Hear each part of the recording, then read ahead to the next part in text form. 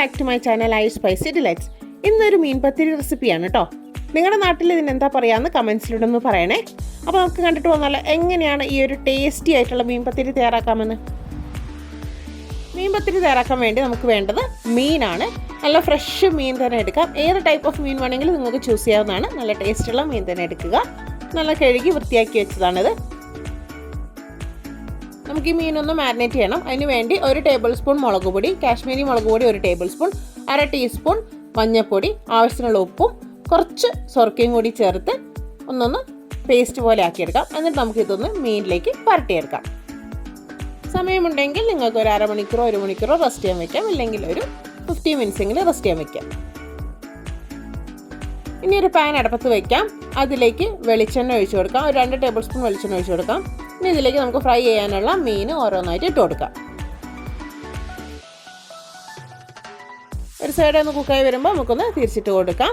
പിന്നെ കുറച്ചൊരു കറിവേപ്പിലയും കൂടി ഒന്ന് ഇട്ട് കൊടുക്കാം. നമ്മുടെ മീൻ ഫ്രൈ ആയിട്ടുണ്ട്. നമുക്കിതൊന്ന് പ്ലേറ്റിലേക്ക് മാറ്റാം. ഇനി ഇതേ പാനിലേക്ക് തന്നെ നമുക്കിതിൻ്റെ മസാല തയ്യാറാക്കാനുണ്ട്. ഇതേ പാനിൽ തന്നെ 2 വലിയ സവാള ചെറുതായി അരിഞ്ഞതും ആവശ്യത്തിനുള്ള പച്ചമുളകും കൂടി ചേർത്ത് ഒന്ന് ഉപ്പിട്ടൊന്ന് വഴറ്റിയെടുക്കാം. പിന്നെ ഞാനിതിൽ 1 ടേബിൾ സ്പൂൺ ഇഞ്ചി വെളുത്തുള്ളി പേസ്റ്റും കൂടി ചേർത്തിട്ടുണ്ട്. ക്യാമറ ഓഫായി പോയത് അറിഞ്ഞില്ല കേട്ടോ, അതുകൊണ്ടാണ് അത് കാണാണ്ടായിപ്പോയത്. ബ്രൗൺ നിറമാകൊന്നും വേണ്ട, ഒന്നൊന്ന് സോഫ്റ്റായാൽ മതി. ഇനി ഇതിലേക്ക് മസാലകൾ ചേർത്ത് കൊടുക്കാം. 1 ടേബിൾ സ്പൂൺ മല്ലിപ്പൊടി, 1 ടേബിൾ സ്പൂൺ കാശ്മീരി മുളക് പൊടി, 1 ടീസ്പൂൺ മുളക് പൊടി, മഞ്ഞൾപ്പൊടി 1/2 ടീസ്പൂൺ, ഗരം മസാല 1/2 ടീസ്പൂൺ. ഇതെല്ലാം കൂടി ചേർത്ത് ഒന്ന് പച്ചമണം മാറുന്നവരെ ഒന്ന് വഴറ്റിയെടുക്കാം. പൊടികളുടെ എല്ലാം പച്ചമണം മാറിയിട്ടുണ്ട്. ഇനി ഇതിലേക്ക് 2 വലിയ തക്കാളിയും കൂടി ചെറുതായി അരിഞ്ഞത് ചേർത്ത് കൊടുക്കാം. ഇതൊന്ന് മൂടി വെച്ച് കുക്ക് ചെയ്തെടുക്കാം. പിന്നെ ഒരു നുള്ളു പഞ്ചസാര ചേർക്കുന്നുണ്ട്, ഓപ്ഷനിലാണ് കേട്ടോ. തക്കാളി നന്നായി ഒന്ന് വാടി വരട്ടെ. അപ്പോഴേക്കും നമുക്ക് ഇതിൻ്റെ ഒരു അരപ്പ് തയ്യാറാക്കാം. അതിന് വേണ്ടി മിക്സിയിലെ ജാറിലേക്ക് 1/2 കപ്പ് തേങ്ങയും 1/4 ടീസ്പൂൺ പെരിഞ്ചീരകവും കുറച്ച് വെള്ളം കൂടി ചേർത്ത് ഒരു പേസ്റ്റ് പോലെ നമുക്കൊന്ന് ഫൈനായിട്ട് അരച്ചെടുക്കാം. തക്കാളി എല്ലാം നന്നായി ഉടഞ്ഞിട്ടുണ്ട്. ഇനി ഇതിലേക്ക് നമ്മുടെ ആ പേസ്റ്റ് ചേർത്ത് കൊടുക്കാം. നമ്മുടെ എല്ലാ മസാല ഈ ഒരു തേങ്ങാപ്പാലിലേക്ക് മിക്സ് ചെയ്ത് യോജിപ്പിച്ചെടുക്കാം. ഫൈനലായിട്ട് കുറച്ച് മല്ലിയിലയും കൂടി വിതറി കൊടുക്കാം. അപ്പോൾ നമ്മുടെ സ്പെഷ്യൽ മസാല ഇവിടെ റെഡി ആയിട്ടുണ്ട്. ഇനി ഇതിലേക്ക് നമ്മൾ ചേർത്ത് കൊടുക്കുന്നത് നമ്മുടെ ഓൾറെഡി പൊരിച്ച് വെച്ചിട്ടുള്ള മീനില്ലേ, ആ മീൻ ഇതിലേക്ക് ഇട്ട് കൊടുക്കുക. ഒരു 5 മിനിറ്റ് മൂടി വെച്ച് ഒന്ന് സ്ലോ കുക്ക് ചെയ്തെടുക്കാം. നമ്മുടെ മസാല ഇവിടെ റെഡി.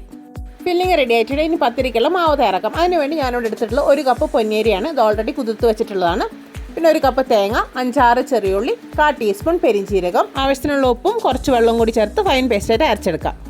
ഒരുപാട് വെള്ളം കൂട്ടി അരയ്ക്കേണ്ട ആവശ്യമില്ല, കാരണം നമുക്കിത് പത്തിരി പോലെ കുഴച്ചെടുക്കാനുള്ളതാണ്. അതുകൊണ്ടാണ് കുറച്ച് വെള്ളം മാത്രം ചേർത്താൽ മതി എന്ന് പറയുന്നത്. ഇനി ഇതിലേക്ക് കുറച്ച് അരിപ്പൊടിയും കൂടി ചേർത്ത് നമ്മുടെ പത്തിരിക്ക് മാവ് കുഴയ്ക്കുന്ന പോലെ ഒന്ന് കുഴച്ചെടുക്കാം. മാവെല്ലാം കുറച്ച് സെറ്റായിട്ടുണ്ടെങ്കിൽ നമുക്ക് വേണ്ടത് വാഴയിലയാണ്. അതിലേക്ക് വെളിച്ചെണ്ണയൊന്ന് തൂത്ത് കൊടുക്കാം. പിന്നെ നമ്മൾ ഇലയുടെ ഉണ്ടാക്കില്ലേ, അതേപോലെ ഇതിന്ന് ഓരോ ബോൾസ് ആയിട്ട് എടുത്തിട്ട് പോലെ ഇങ്ങനെ സ്പ്രെഡ് ചെയ്ത് കൊടുക്കാം. നമ്മൾ ഇലയുടെ ഉണ്ടാക്കുന്ന ആ ഒരു സ്റ്റെപ്പ് തന്നെ. പിന്നെ നമ്മളിതിൽ ചേർത്ത് കൊടുക്കുന്ന ഫില്ലിങ്സ് ആണ്. നമ്മൾ ഓൾറെഡി തയ്യാറാക്കി വെച്ചിട്ടുള്ള മീൻ്റെ ഫില്ലിംഗ് ഇല്ലേ, ആദ്യം നമ്മുടെ ആ മീൻ്റെ മസാല ഒന്ന് ചേർത്ത് കൊടുക്കാം. എന്നിട്ട് അതിൻ്റെ മേലെ മീൻ വെച്ച് കൊടുക്കാം. എന്നിട്ട് പരിപാടി കഴിഞ്ഞിട്ടില്ല. എന്നിട്ട് വേറെ വീണ്ടും ഒരു വാഴയിലയിൽ ഇതുപോലെ എണ്ണ തൂത്ത് കൊടുത്തിട്ട് ഒരു ബോളും കൂടി എടുത്തിട്ട് ഇതുപോലെ ഇങ്ങനെ നമ്മൾ ഇലയുടെ പരത്തുന്ന പോലെ ഇങ്ങനെ പരത്തി കൊടുക്കാം. എന്നിട്ട് ഈ ഇല നമ്മൾ എന്ത് ചെയ്യണം, നമ്മൾ ഫില്ലിങ് വെച്ചിട്ടുള്ള മറ്റേ ഇലയില്ലേ, അതിലേക്ക് കമത്തി വെച്ച് കൊടുക്കാം. എന്നിട്ട് എല്ലാ സൈഡും ഒന്ന് പയ്യെ ഒന്ന് പ്രസ് ചെയ്ത് കൊടുക്കാം. ഇനി ഇത് നേരെ എടുത്തിട്ട് നമ്മുടെ സ്റ്റീമറിലേക്ക് വെച്ച് കൊടുത്ത് ഒരു 10-15 മിനിറ്റ് കുക്ക് ചെയ്തെടുക്കാം. അങ്ങനെ ബാക്കിയുള്ളതും ഇതുപോലെ തന്നെ ചെയ്തെടുക്കാം. ഈ ഒരു ഫില്ലിങ് അപാര ടേസ്റ്റ് തന്നെയാണ്. ഒരാൾക്ക് ഈ ഒരൊറ്റ പത്തിരി മതി, പെട്ടെന്ന് വയറ് നിറയുകയും ചെയ്യും. ടേസ്റ്റിൻ്റെ കാര്യത്തിൽ ഒരു കോംപ്രമൈസും ഇല്ല കേട്ടോ. നമ്മുടെ മീൻ പത്തിരി ഇങ്ങനെ ആവി കിടന്നിങ്ങനെ വെന്ത് റെഡി ആയിട്ടുണ്ട്. പിന്നെ ഈ ചാനൽ ആദ്യമായി കാണുന്നവരാണെങ്കിൽ ആ സബ്സ്ക്രൈബ് ബട്ടണും ആ ഒരു ലൈക്ക് ബട്ടണും കൂടി ഒന്ന് ക്ലിക്ക് ചെയ്ത് വെക്കണേ. നമ്മുടെ അടിപൊളി മീൻ പത്തിരി ഇവിടെ റെഡി ആയിട്ടുണ്ട്. ആ ഒരു വാഴയിലയുടെ സ്മെല്ലും അതേപോലെ മീൻ പത്തിരിയുടെ ഉള്ളിലുള്ള ഫില്ലിങ്സും മീൻ്റെ എല്ലാത്തിൻ്റെയും സ്മെല്ലൊക്കെ കൂട്ടി നല്ലൊരു കിട്ടിലൻ ടേസ്റ്റ് തന്നെയാണ് കേട്ടോ. മസ്റ്റ് ട്രൈ ഐറ്റമാണ്. എല്ലാവരും അത് ട്രൈ ചെയ്ത് നോക്കുക. ട്രൈ ചെയ്ത് നോക്കിയതിന് ശേഷം നിങ്ങളുടെ ഫീഡ്ബാക്കും കൂടി ഒന്ന് അറിയിക്കണേ. അതേപോലെ ഞങ്ങളുടെ നാട്ടിൽ ഇതിന് മീൻ പത്തിരി എന്നാണ് പറയുക. നിങ്ങളുടെ നാട്ടിൽ ഇതിനെന്താ പേര് പറയാമെന്നും കൂടി കമൻസിലൂടെ പറയണം കേട്ടോ.